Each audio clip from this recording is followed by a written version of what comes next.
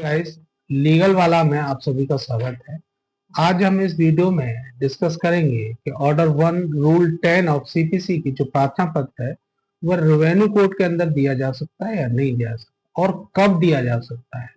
इसके संबंध में हम विस्तार पूर्वक इस वीडियो में चर्चा करेंगे। प्लीज मेरी वीडियो को आप बीच में स्किप ना करें और वीडियो के अंत तक बने रहें, जिससे आपको मेरे बताए हुए लीगल फैक्ट जो है वो प्रॉपर तरीके से समझ आ सके। मैं बताना चाहूंगा कि रेवेन्यू जो कोर्ट है वहाँ जनरली जो वाद होते हैं वो किससे संबंधित, या तो म्यूटेशन से संबंधित होते हैं या बंटवारे या पूरे से संबंधित होते हैं।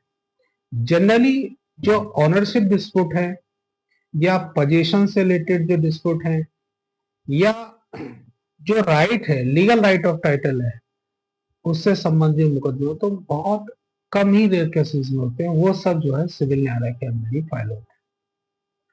तो मैं बताना चाहूंगा कि जहां बंटवारे का कोई मुकदमा चल रहा है या म्यूटेशन का कोई मुकदमा चल रहा है और जिस व्यक्ति दूसरे व्यक्ति को पक्षकार बना के मुकदमा फाइल किया और थर्ड व्यक्ति ये कहने लगे बंटवारे के मुकदमे आके साहब मैं भी इसमें जो है एक पक्षकार हूं और वादी ने मुझे पक्षकार नहीं बनाया और मेरे बगैर जो है ये मुकदमा डिसाइड नहीं हो सकता, मुझे इसमें पक्षकार बनाया गया।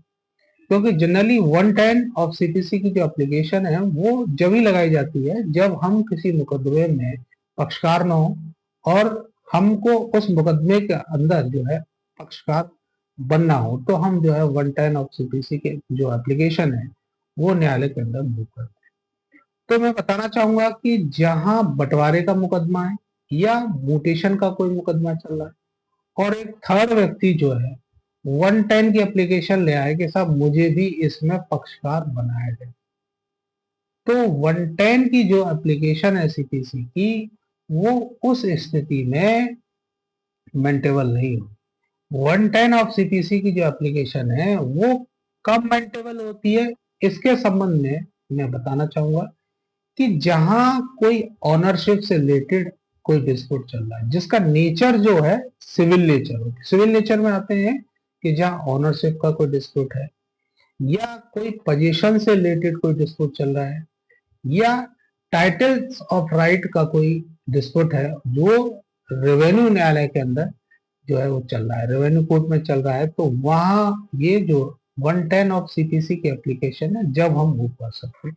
लेकिन जहां म्यूटेशन का मामला चल रहा हो या बंटवारे का कोई मुकदमा चल रहा हो तो हम जो है 110 की एप्लीकेशन वहां नहीं दे सकते। हमें जो है डायरेक्ट उसमें जो है अपना ऑब्जेक्शन फाइल करना होगा।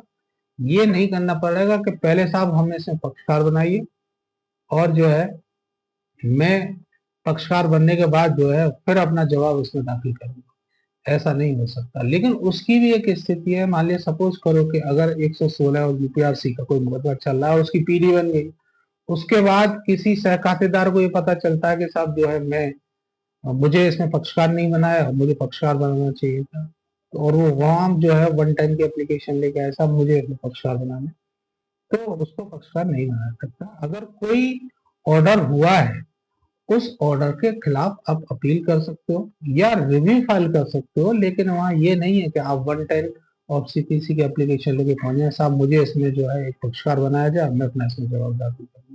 ऐसा नहीं हो सकता क्योंकि 110 ऑफ सीपीसी की जो एप्लीकेशन है जहां कोई भी बात जो है चाहे वो सिविल न्यायालय में या रेवेन्यू कोर्ट के अंदर भी अगर वो रन कर रहा है और जहां उसका नेचर जो है सिविल नेचर है, तो हम जो है 110 ऑफ सीपीसी की एप्लीकेशन मूव कर सकते हैं।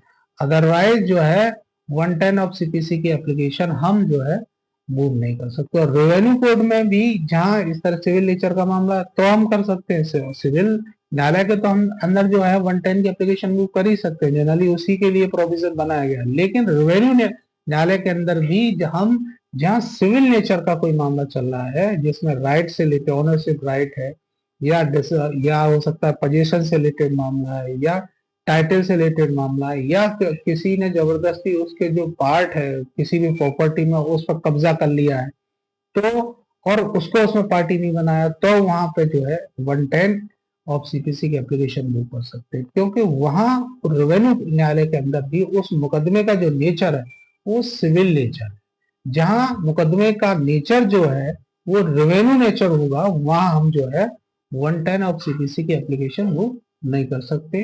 रेवेन्यू कोर्ट के अंदर जो है 110 ऑफ सीपीसी की एप्लीकेशन जो जहां रेवेन्यू नेचर का मामला है वहां वो मेंटेबल नहीं हो सकती। अगर आपको मेरे इस वीडियो में बताए हुए एफर्ट्स अगर अच्छे लगते हैं तो मेरी वीडियो को लाइक एंड शेयर जरूर करें।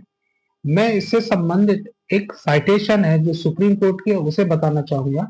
Ram Kumar versus board of revenue UP, ये 2005 की है। इसमें क्लियर कट ये डायरेक्शन किया गया है कि जहां रेवेन्यू नेचर का मामला कोई रेवेन्यू न्यायालय के अंदर चल रहा है तो वहां 110 की एप्लीकेशन ऑफ सीपीसी की हम नहीं लगा सकते। आप मेरे चैनल को सब्सक्राइब करना ना भूलें जिससे मेरे नेक्स्ट आने वाली जो वीडियो है उसका नोटिफिकेशन आपको ना मिल सके। Thank you so much.